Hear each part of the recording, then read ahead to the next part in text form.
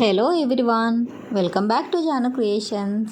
ఇక్కడ చూస్తున్నారు కదా, మోతీచూర్ లడ్డూలు అయితే దీవాళి స్పెషల్గా అయితే చేశాను అనమాట. చాలా అంటే చాలా సాఫ్ట్గా వచ్చాయి, టేస్ట్ కూడా అద్దరిపోయింది. ఎక్కడ స్కిప్ చేయకుండా లాస్ట్ వరకు అయితే చూడండి. ఆ ఛానల్ ఎవరైనా కొత్తగా చూస్తుంటే ప్లీజ్ సబ్స్క్రైబ్ చేసుకోండి, షేర్ చేయండి, లైక్ చేయండి.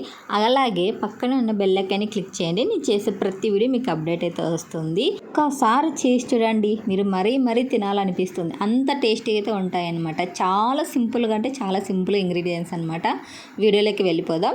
ముందుగా అయితే శనగపిండి తీసుకోవాలి. నేనైతే మీకు ఎన్ని కప్పులు కావాలంటే అన్ని తీసుకోండి. నేనైతే 2 కప్స్ అయితే తీసుకుంటున్నాను.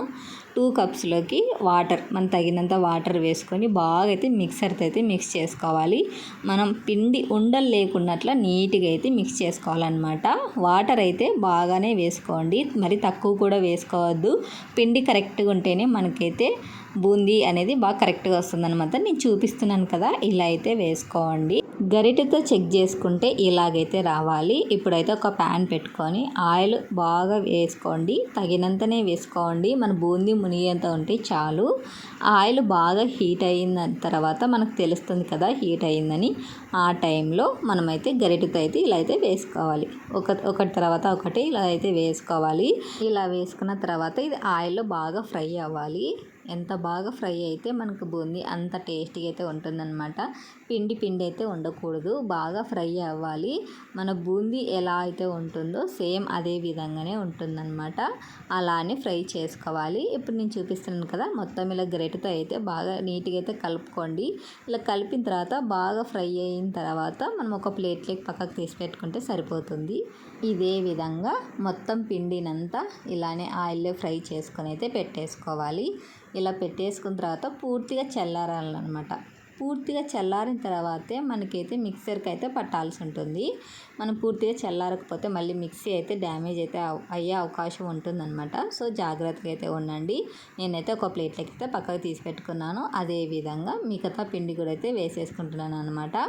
మీకు నచ్చిన విధంగా అయితే వేసుకోండి. బట్ కాకపోతే మనకి పిండి మాత్రం బాగా ఫ్రై అవ్వాలన్నమాట. పిండి అయితే ఉండకూడదు. మళ్ళీ పిండి ఉందంటే పిల్లలు తింటారు కాబట్టి కడుపు నొప్పి వచ్చే అవకాశాలు అయితే ఉంటాయి. కాబట్టి బాగా ఫ్రై చేసేసి పక్కకు పెట్టుకోండి. మనం ఎంత బాగా ఫ్రై చేస్తే అంత బాగా మోతీచూర్ లడ్డూలు అయితే మనకు ప్రిపేర్ అయితే అయిపోతాయి. ఇలా మొత్తం అయితే ఇలా అయితే చేసి పెట్టేసుకున్నాను. ఇలా ఫ్రై అయిన వాటిని చల్లార్చిన తర్వాత మనం ఒక మిక్సీ జార్ తీసుకోవాలి. మిక్సీ జార్ అయితే మొత్తం ఒకసారి తర్వాత ఒకదాని తర్వాత మనం మిక్సీ పట్టే అంత తీసుకొని మొత్తం అయితే మిక్సీ పట్టేసుకోవాలన్నమాట. నేనైతే ఒకదాని తర్వాత ఒకటి మిక్సీ అయితే పట్టేసుకున్నాను. చూస్తున్నారు కదా, బాగా ఫ్రై అయిపోయింది. ఇలా ఫ్రై అవ్వాలండి ప్రతి ఒక్కటి. మీరు పిండి ఉంటే మళ్ళీ ఇబ్బంది అవుతుంది. మరీ చెప్తున్నాను, పిండి మాత్రం ఉంచుకోవద్దండి. చాలా జాగ్రత్తగా అయితే బాగా వేసుకోండి. ఇలా అయితే మిక్సీ పట్టేసుకున్నాను. నాకు ఒక 3 టైమ్స్ అయితే మిక్సర్కి అయితే పట్టిందనమాట. నేను చిన్నది తీసుకున్నాను మిక్సర్.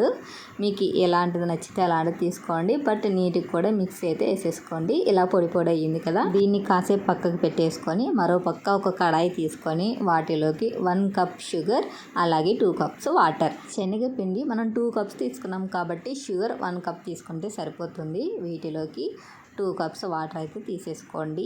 కరెక్ట్గా అయితే మెజర్మెంట్స్ అయితే సరిపోతాయి అన్నమాట. ఇది పాకం పట్టే పని లేదు, ఓన్లీ షుగర్ కరిగితే చాలు. ఆ తర్వాత ఇలాచీ పౌడర్ అయితే వేసుకోండి.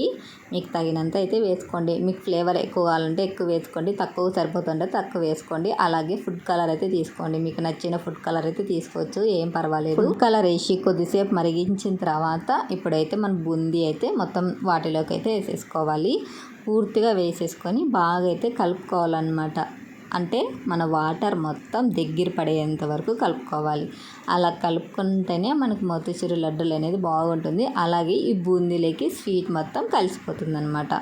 ఇప్పుడు చూస్తున్నారు కదా, నేను చూపించిన విధంగా బాగా మిక్స్ చేసుకోండి. ఇలా మిక్స్ చేసుకుంటేనే బూందీలోకి షుగర్ అనేది బాగా యాడ్ అవుతుంది.